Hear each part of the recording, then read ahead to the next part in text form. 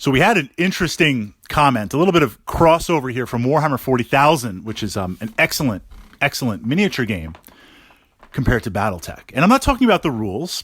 I'm talking about the narrative, the visuals. And I have a couple of votes in my mind for this answer to this question, but then I'm going to turn it over to you guys. In Warhammer 40,000, there are these giant war machines, Imperial Knights, essentially battle mechs. And they look pretty intimidating. They look really, really intimidating as war robots, not just with big guns, but the ponderous how they move and how they operate. They're a little bit more technologically advanced than, say, Battletech. But putting all that aside, the idea was they look pretty intimidating. Now, if you look at some of the battle mechs in the Battletech universe, the question was, and I'm paraphrasing a little bit here, Fritz, they kind of look like baby cakes. I mean, these mechs are supposed to be intimidating. Where are the intimidating mechs? Where are the scary mechs? And certainly, if I look at the Battletech narrative, if I'm infantry, am I scared of mechs?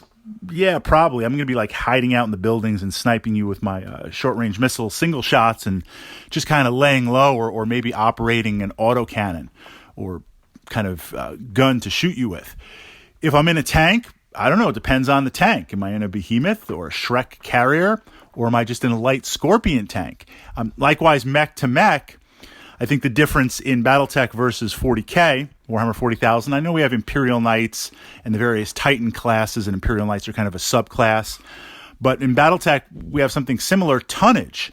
If I'm a light mech, a Stinger, a Wasp, yeah, I'm going to be kind of really scared of engaging one-on-one. An assault or a heavy mech, maybe even a medium mech. Depends on the mech, depends on the mech warrior, depends on the scenario, depends on the light mech.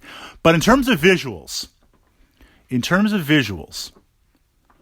2 or 3 mechs that when you see it, they look kind of scary. What would look scary to see on the table? What was that criteria? What would that criteria be? Or if you were walking in, because it is about the miniatures and the artwork, if you flash some Battletech artwork, what would look kind of scary on that perspective?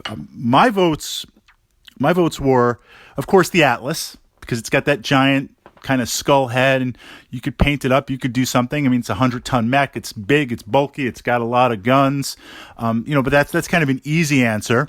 But I would think also in the heavy and assault range, I think the Warhammer would look kind of scary. I mean, granted, that's pulling kind of the classic anime, pulling from there, but it's got 2 big PPCs, or maybe they look like autocannons or missile launchers, who knows? It's got a brace of weapons on its torso. It's got that searchlight. It's got the missile rack. It looks intimidating. Or something like the Rifleman. And I know we covered the Rifleman Tactica last week.